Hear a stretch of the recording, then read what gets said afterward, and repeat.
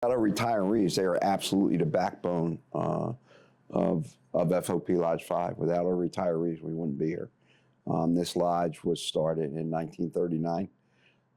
It was incorporated. They fought for the rights of Philadelphia police officers from 1939 forward. It wasn't until 1968 where we got collective bargaining for police officers, and our retirees built that for us. And everything we do here is based on what's happened in the past. The contract we have today that was issued on August 15th, 2025 is a combination of every contract that came through binding arbitration since 1968. So the things that we have in the contract might have been gained in 1974 or 1981. And the people that did that are the retirees and the executive board members that worked here through the years, working on behalf of Philadelphia police officers and their families. And, you know, our opponents are saying we don't do anything for retirees. We do a lot for retirees. I'm actually counsel to the Legal Trust. Legal Trust is a group of individuals that get together several times a year and, you know, look at ways to help retirees. We get requests from retirees. We help retirees. Every retiree is entitled to a free will and free estate documents. Before you even retire, the police department used to do something called a retirement seminar, where they would come in here, they would use our facility, and they would do a 1 or 2 hour class on what you can expect in retirement. The Philadelphia Police Department stopped doing that years ago. We took over that mantle.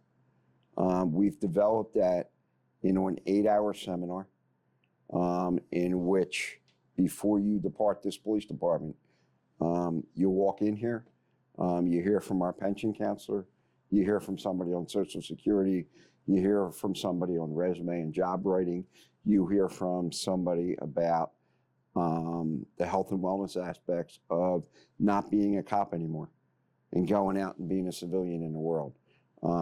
You know, we do a lot of things for the retirees. That's the most popular, probably the most popular thing we do here at the FOP is the retirement seminar. It is announced, and we have about 300 to 400 seats available for that. The moment it's announced, it's filled within the hour. We could do a retirement seminar 5 or 6 times a month. That's something that we do for our people who are going to retire. So we look at the Philadelphia Police Department as a life cycle of a recruit in the academy, a cop with 5 to 15 years on a job, our senior soldier guys with 25 to 40 years on a job, and then our retirees. We give everybody a retiree watch. That comes with a ceremony. Philadelphia Police Department is not doing that ceremony. The Philadelphia Fraternal Order of Police is doing that ceremony. There's a lot of people in uniform with brass on the stage, but the Philadelphia Fraternal Order of Police is doing that ceremony. You come in with your family, you get honored. You just don't walk out of here. You get a watch, you get a plaque. We have life insurance for our retirees. That's something that we negotiated through our contract. We have a retiree trust. The retiree trust in the last 2 years has been increased by $1 million. It went from $4 to $5 million. Under Roosevelt Poplar's leadership, we were able to increase the yearly retiree medical reimbursement from $500 to $550. You know, and people might say that's not a lot. It's more than any other union in the city's got it. No other union has a trust that mails out that amount of money to our members. We have LEHB. LEHB comes in here, our Law Enforcement Health Benefits comes in here a couple times a year and does Medicare seminars for our members, whether they're still enrolled in LEHB medical coverage or not. So the fact that we don't do anything for the retirees, like I said before, they're just trying to blow smoke and trying to get the retirees to say we don't. We have groups of retirees that come in here. There's a particular group that I see like every other Tuesday or something. I think they're from the 15th district. It's a group of 20 guys. 20 guys and girls that sit there and have, have a meal and talk about the old days. They have the facilities here. There's an 85-year-old guy that comes in here every morning, uses our gym. So we are here for our retirees, for the life cycle of the cop. And when you get 50 years on the job, and a lot of our members are staying longer and longer. So when you retire, you're not that far from the 50-year mark. We forgive you dues. You don't have to pay dues. You get a gold card. And we do a lot of things for different members. Unfortunately, people get in a jam once in a while in a retiree. We cover criminal matters for our retirees. We have a law firm that does nothing but wills for active and retired cops. We continually update their beneficiaries. So we're not just, in a lot of our FOP meetings, I would say our FOP meetings, the people that attend our meetings are probably 50-50. It's probably 50% retirees and 50% active. So, people want to criticize what we do for our retirees, but our retirees keep coming in here. We do a Christmas party every year.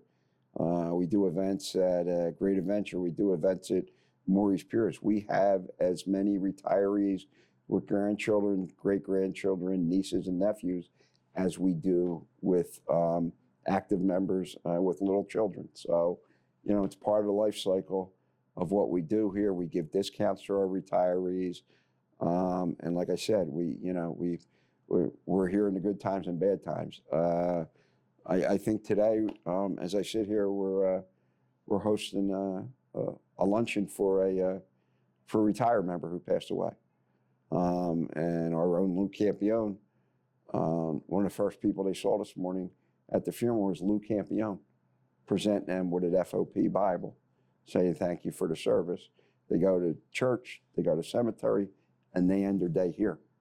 And we're here for that. And that's what we do. As a son of a cop, I've been part of this organization my entire life.